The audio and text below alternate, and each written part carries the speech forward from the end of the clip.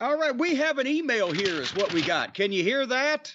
Yes. Can you hear how many fingers I'm holding up? This is from, well, I won't mention his name because he's mentioning some things about he might still have to interact with any of these people. But he said, we've been talking about who trained Daniel Garcia. I don't even remember how it came up. How did that come up? We were asking who trained Daniel Garcia. It came up either one of two ways. Either you were critiquing his in-ring work, and I mentioned that I heard it, or it was in talking about, because we did a couple clips talking about him and contract negotiations. But it was one of those two things. Well, but it came out that one of his trainers was old Thurston Howell III over at Wrestle Business of Statistics. Of what is their name? WrestleNomics, otherwise known as Wrestle Business of Statistics. Well, God damn it, okay, people, this is the fucking blooper reel from now on, this fucking show. I don't know what to tell you. I'll say something silly here in a minute, and it'll be funny.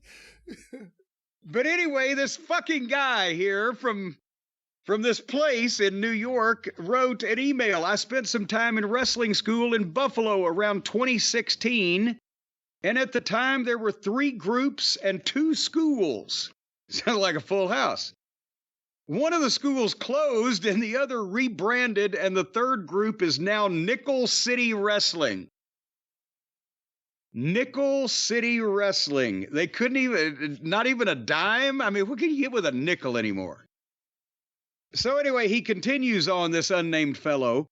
The school that stayed open became Grapplers Anonymous. What? That's the name? Oh, wait, not anymore. They've changed it again. But let's just stop and settle on that one for a minute. Grapplers Anonymous. That should be a real thing. I got some people I could recommend. Yes, they all ought to sit in a fucking circle and go by their first name and explain support each other and getting away from this fucking shit. Would you go to a school? Grapplers Anonymous. And now, but listen to this. Now I believe they're called Grapple Pro. Not to be confused with Snapple Orange or whatever. Okay, when I was around, the real head trainer was a guy named Mikey Everynight. An incredibly small but nice fellow who can't go to Canada thanks to a pimping charge from the early 2000s. Well, hold on, stop right there. Incredibly small. An incredibly small but nice fellow. An incredibly small pimp. Mikey Everynight. He's training. He went from pimping hoes nationwide, I guess, to training wrestlers. Mikey Everynight. So...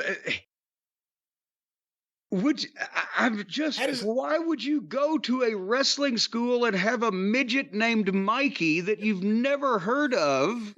So here, I'll teach you how to wrestle. Because he's got women. Hey, that Mikey's always surrounded by a bunch of women. Only if you get to wrestle the women. Well, you don't realize that he's going to charge you until a few weeks into the school and you drop a few $1,000s and it's like, hey, can you introduce me to your friend who's always flirting with me? Yeah, that'll be $50 across the border. Well, fuck, I'd rather pay the 50 than the 2,000. At least I'd know I was getting what I was paying for with the... He didn't say small, he said incredibly small. Incredibly small. The incredible shrinking wrestler. I can't believe how small this man is. It's incredible. It's incredible.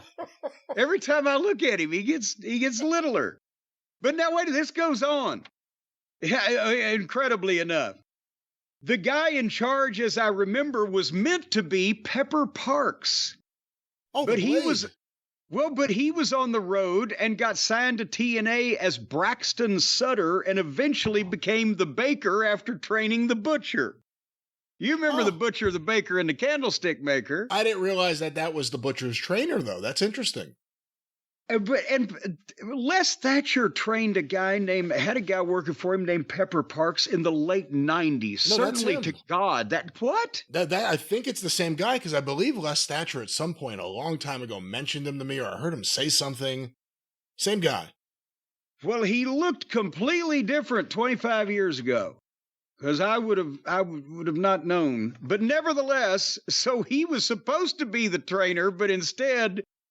We got the incredibly small wrestling fellow. And then he said, I believe Garcia started there with that group and was around when my life happened and I moved home. But he says Thurston Howell would teach the boys what to expect to get paid and how to ask for it. That's a course at wrestling school? Apparently now. As well as some technical and chain wrestling. The technical and chain wrestling that Garcia does when he tries, but he's too small for it to look too good for it to look good on TV. Boy, these Wrestlers Anonymous meetings sound like a real party. Here's how you get paid. Here's how you ask for it. Let me teach you some chain wrestling. Is there a special way you're supposed to ask? Wait a minute. Do you go in, walk up 2 steps to the left, drop to one knee, hold out your left hand supported by your right arm at the forearm and say, please, sir, may I have my pay? It has been a pleasure working for you. I expect my pay now. In 3, 2, please put payment here now. All righty. With all due respect, what is Brandon Thurston's... Is it just someone like working the indies up in upstate New York that he would be suggesting to? I don't know. Why is that a course at a wrestling school? I didn't know I don't know what's going on over there. I really don't. Grapplers Anonymous, not Wrestlers Anonymous. Grapplers Anonymous. Grapplers Anonymous. Well, they could be wrestling, or they could be grappling, or just shoving, pushing, and shoving a little bit. You need to.